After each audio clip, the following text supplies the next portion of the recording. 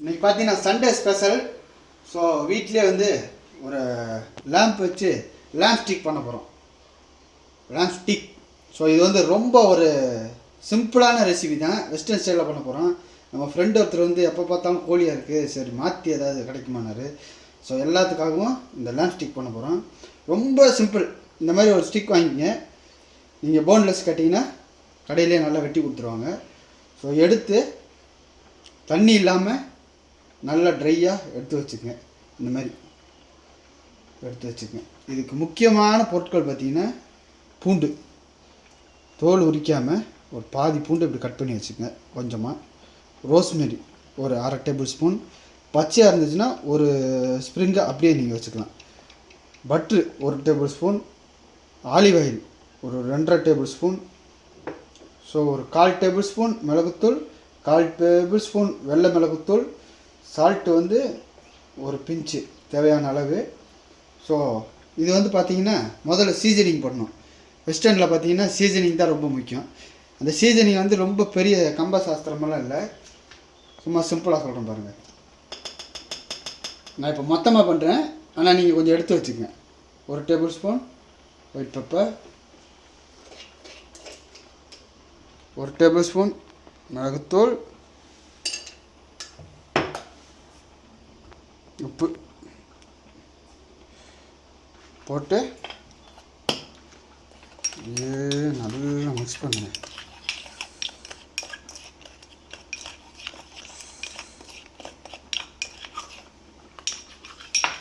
இதுதான் சீசனிங்.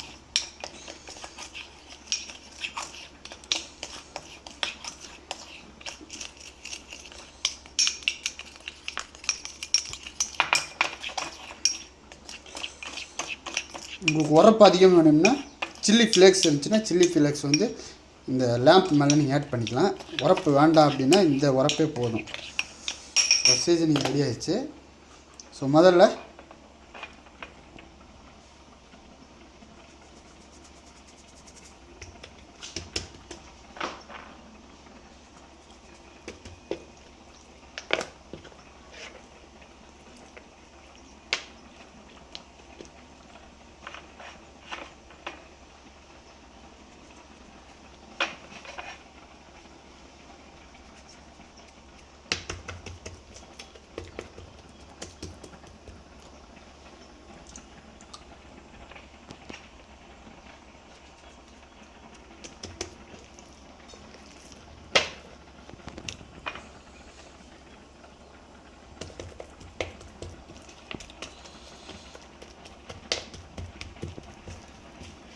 ஓரத்துலலாம் எடுத்து தடவிக்குங்க.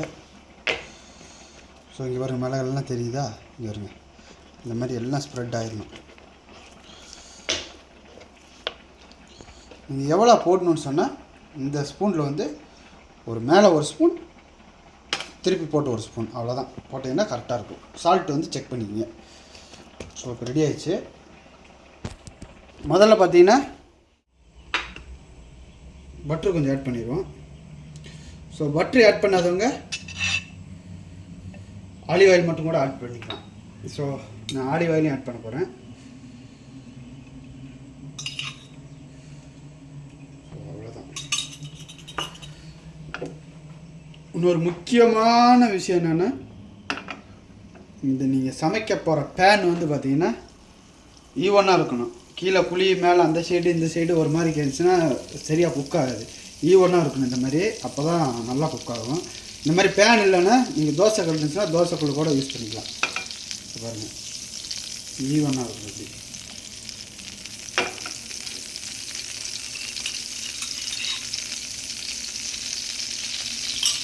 அப்படி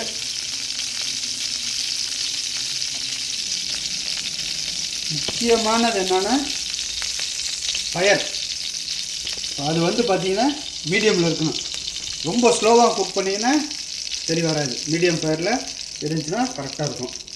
ஹை ஃப்ளேமில் கூட வச்சு செய்யலாம். ஹை ஃப்ளேமில் வச்சு செஞ்சிங்கன்னா உங்களுக்கு வந்து ப்ரௌனாக வராது, கருகிடும். ஸோ நீங்கள் மீடியமில் வச்சு பண்ணிக்க. ஸோ இப்போ எடுத்து வச்சுருவோம்.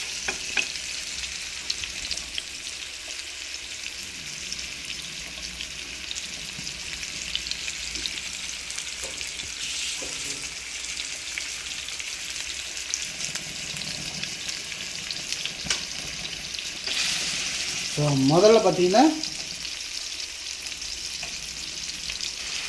இந்த மேலே வந்து வெயிட்டாக எதாவது இருந்துச்சுன்னா நீங்கள் வைக்கலாம்.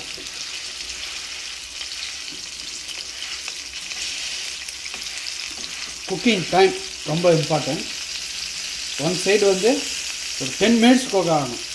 அதே மாதிரி திருப்பி போட்டு ஒரு 10 மினிட்ஸ், வெல் குக்கு 20 மினிட்ஸ். ஸோ அப்பப்போ பார்த்துக்குங்க.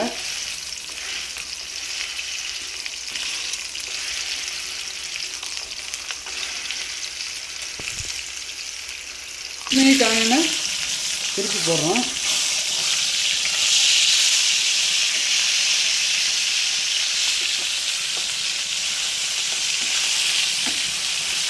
இது ப்ரௌன் ஆகிருக்கு, கருகில் பாருங்கள்.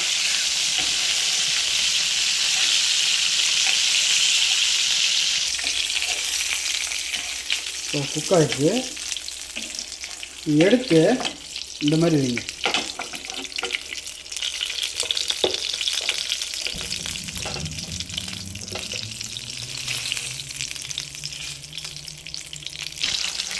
இது வந்து கட் பண்ணிட்டீங்கன்னா 2 பீஸ் மாதிரி ஆகிடும். கட் பண்ணி எடுத்திங்கன்னா நீங்கள் வைக்கலாம். வைக்கும்போது அது சைட்லேயும் சேர்ந்து குக் ஆகும். ஸோ இப்போ டோட்டலாக பார்த்தீங்கன்னா ஒரு 15 மினிட்ஸ் ஆகிடுச்சு. இல்லை 15 மினிட்ஸ் ஆகும்போது நான் பூண்டு வைக்கிறேன். பூண்டு வச்சு 4 ரோஸ்மெரி.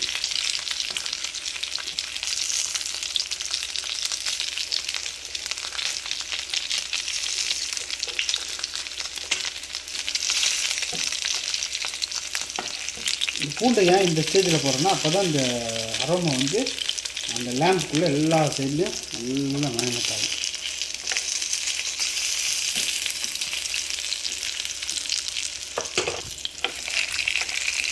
ஹை ஃப்ளேமில் வச்சு பண்ணிங்கன்னா ஒரு 12 மினிட்ஸில் ரெடி ஆகிடும்.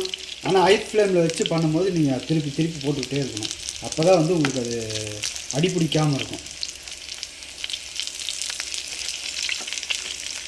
இப்போ பாருங்கள் அந்த மனம் வரும். ஸோ இப்போவும் சொல்கிறேன், ஸ்லோ ஃபயரில் வச்சு குக் பண்ணிடாதீங்க. ஃபுல்லாக ப்ளட்டு வந்த மாதிரி ஆகிடும். ஸோ நல்லா தண்ணியெல்லாம் வாட்டராக ரிமூவ் பண்ணிட்டு உங்களுக்கு ஒரு மாதிரி மீடியம் ஃபயரில் வச்சு போட்டு எடுத்திங்கன்னா 12 நிமிஷத்தில் எடுத்துடலாம். நார்மல் குக்கு 20 minutes full cooking, well done. இப்போ பாருங்கள் அந்த அரோமா நல்லா வரும். திருப்பிடுவோம். ஓகே, ஸோ இப்போ எடுத்துருவேன். எடுத்தாச்சு. ஸோ நல்ல மனம்.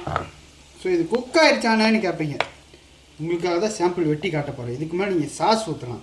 என்ன சாஸ்னால் பிளாக் பெப்பர் சாஸ் ஊற்றி சாப்பிடுவாங்க, ஒயிஸ்டர் சாஸு, க்ரீமி சாஸ் கூட ஊற்றலாம்.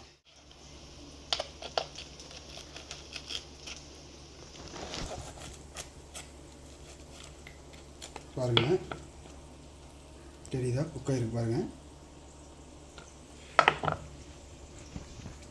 ஸோ நல்லா குக் ஆகிடுச்சு. ரொம்ப நேரம் பொரிச்சிடாதீங்க, ஃபுல்லாக கிறிஸ்பியான மாதிரி ஆயிடும். நல்லா அழகாக திருப்பி திருப்பி போட்டிங்கன்னா உங்களுக்கு சூப்பராக வந்து. இது ரொம்ப மெலிசாக இருக்குது. நீங்கள் கொஞ்சம் தின்னாக வாங்கிக்கிறனா கூட வாங்கிக்கலாம்.